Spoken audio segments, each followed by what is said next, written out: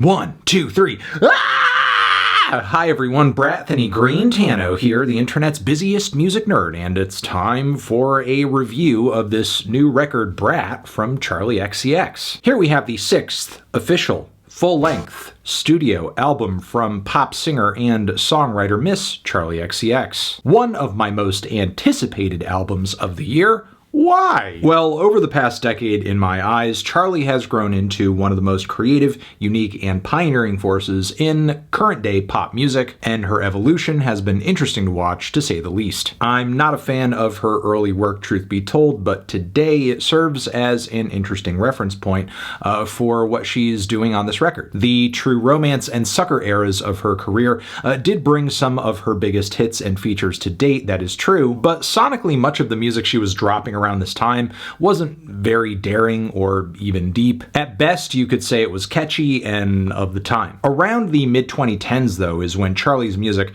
really began to push boundaries, crossing over creatively with writers and producers from the up-and-coming PC music label. I'm talking people like Danielle Harle and Easy Fun, A.G. Cook, and the late Sophie, who at the time were gaining quite the reputation for revitalizing a lot of Y2K era pop aesthetics, but with a hyper-futuristic, jittery sound. And our first taste of this new direction came in the form of Charli XCX's Vroom Vroom EP in 2016, which some critics just did not know what to make of at the time. And while it was my EP of the year that year, I could still see how this would have turned a lot of people off if they came into Charli's music having certain expectations, given that she was a pop artist. Because Vroom Vroom in tone is at points kind of dark and visceral and groovy in a weird way. Campy too, with some tracks varying so wildly from part to part that you could almost take what she was doing here as like a joke or a novelty. However, the tracks on this EP are deadly serious and were also a new bold step for pop music, as well as an aha moment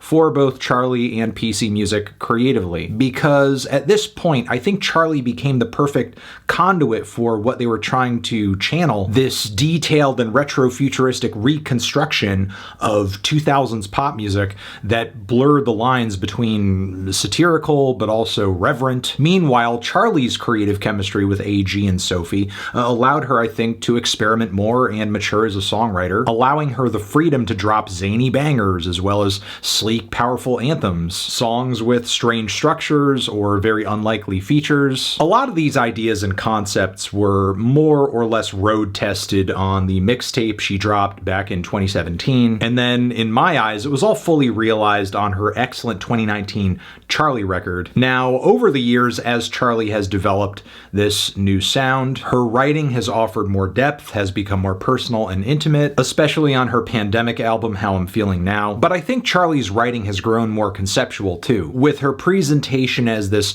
posh English party girl on many of her songs has more or less become like this exaggerated character she plays into. However, in a way, Charli's instantly recognizable sound and unique place in the pop landscape became both a blessing and a curse at the dawn of the 2020s, because her style had gone from challenging to kind of definable with this newly minted hyperpop term that was being thrown onto everybody who sounded even vaguely like her or 100 Gex. And she quickly went on to strip away many of the hyper characteristics of her music on her next album, Crash, working with a totally new team of producers. And while I can't deny the record does feature some respectable hits, I have to ask, at what cost? Because Crash did very measurably have quite a bit less character than anything Charli had dropped in recent years at the time. Which brings us to today, Charli's latest album cycle here, BRAT, where I think she's genuinely reconnecting with the trajectory that has brought her to this point and made her a special artist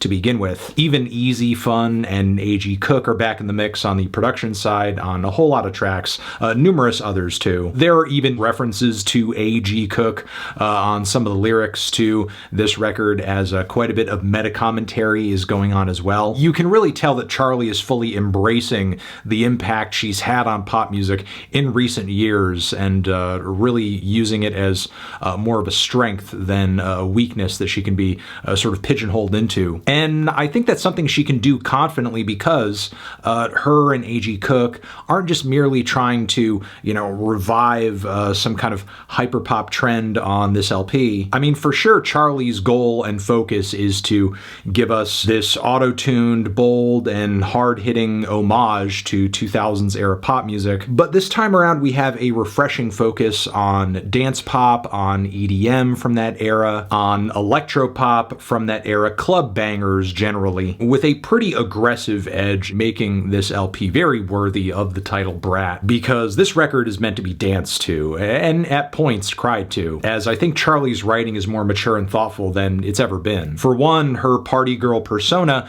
takes a bit of a dark turn, or at least gets deflated a bit, as she reveals that it's kind of a mask, and that she doesn't always feel like she's worthy of being there at the party, or, that her and the party are a bit at odds. Meanwhile, I Think About It All the Time sees Charli musing about whether or not she can continue her career in the way she currently is, while also becoming a mother, which she very clearly has interest in at some point. Skipping ahead here, it's also kind of crazy how narratively this contrasts so hard with her going back full into party mode on the closing track, 365. Of course, there are notes of nostalgia on this album too that is very much in line with tracks like 1999, most notably on Rewind, but this song specifically is more about Charli missing older aspects of her life before the fame. Between sticky choruses on this track, she delivers her verses in this way that kind of comes off like a conflicted internal monologue, or like she's musically journaling. There are lots of tracks on this thing too that deal in love, but these songs narratively feel vastly different from previous singles like Good Ones, for example. Tracks where historically Charli can be seen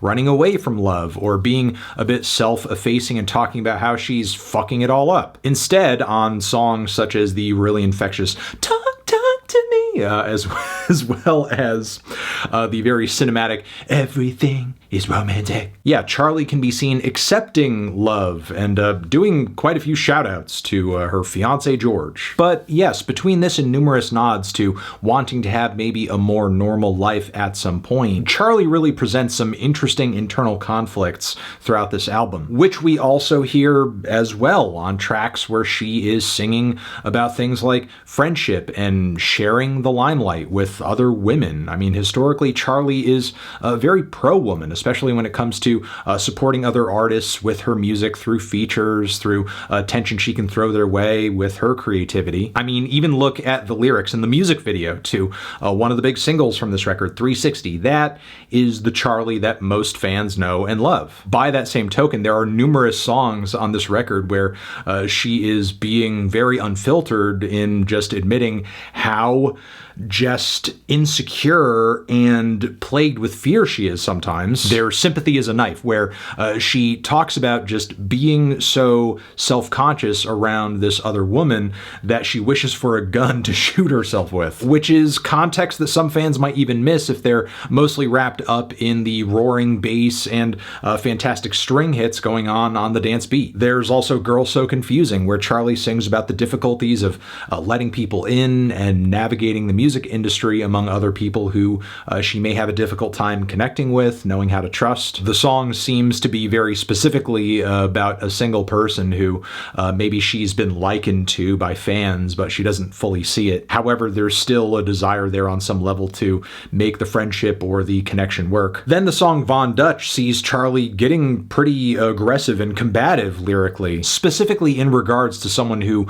doesn't seem to like her, maybe even is talking behind her back. And her response to that is essentially this big anthemic fuck you here, where she's delivering some biting lyrics about how this person may actually be nothing if it weren't for some little dance they're doing. So yeah, there are these intense emotional peaks all over the album, but the biggest bombshell of all of them has to be the song So I, which is very obviously a tribute to the late, great producer and songwriter Sophie, who actually collaborated with Charli quite a few times. So consistently, in fact, from an outside perspective, I don't think any fan of either Charli or Sophie would have presumed anything of them and their connection, other than something along the lines of, hey, they're collaborators, they have big respect for each other, they they love each other, they're probably friends. Charli, Sophie, Sophie, Charli, name a more iconic duo. But what Charli says on this track here actually tells a very different story and is quite revealing in a way that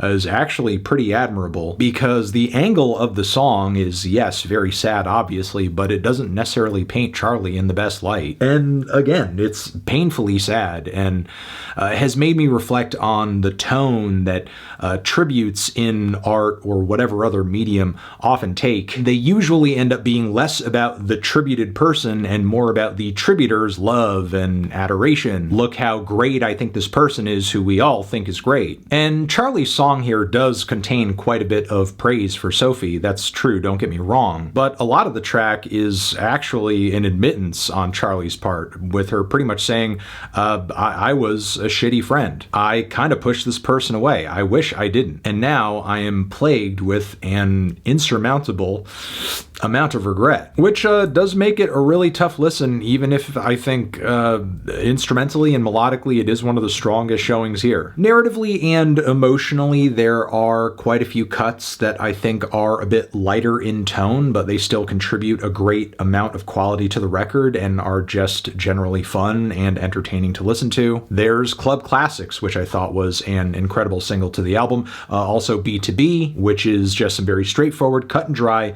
throwback, quality dance pop with a pretty clear hot and cold back and forth love on the rocks type narrative. There's also Apple, which is some very groovy throwback synth pop too, all about a situation and a dynamic that Charli likens to a rotten apple. It's a situation she describes having to escape from by car, by plane. There's Mean Girls, which is a character portrait about exactly that, with a soaring and anthemic chorus plus a killer piano break that the entire track builds off of from there. And then at the very end, there's 365, which is this version of the song 360 that kicks the record off, this mirrored remix as reprise big finish with some acid bass mixed in there for good measure. So I love the way the record finishes, love the way it kicks off, and the flow from moment to moment generally is great. It's to the point where certain tracks in the lead up to the record that I thought were just kind of okay sound better being reinforced by the vibes and aesthetics of the surrounding songs on the album, because as I've heard the entire thing now many times over, I don't think there's a skip on it. The production generally goes hard as hell. It is vibrant, it is colorful, it is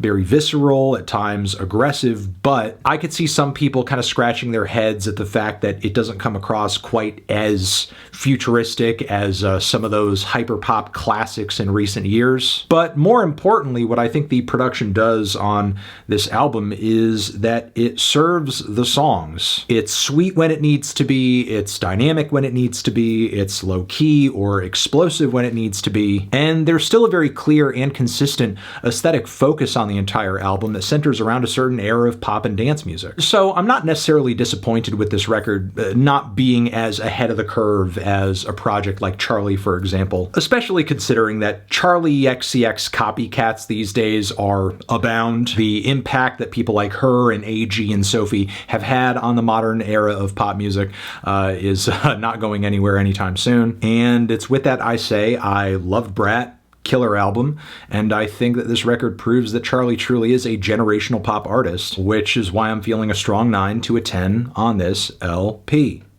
Transition. Have you given this album a listen? Did you love it? Did you hate it? What would you rate it? You're the best, you're the best. What should I review next? Hit the like if you like. Please subscribe, please don't cry. Hit the bell as well. Over here next to my head is another video you can check out. Hit that up or the link to subscribe to the channel. Anthony Fantano, Charli XCX, forever.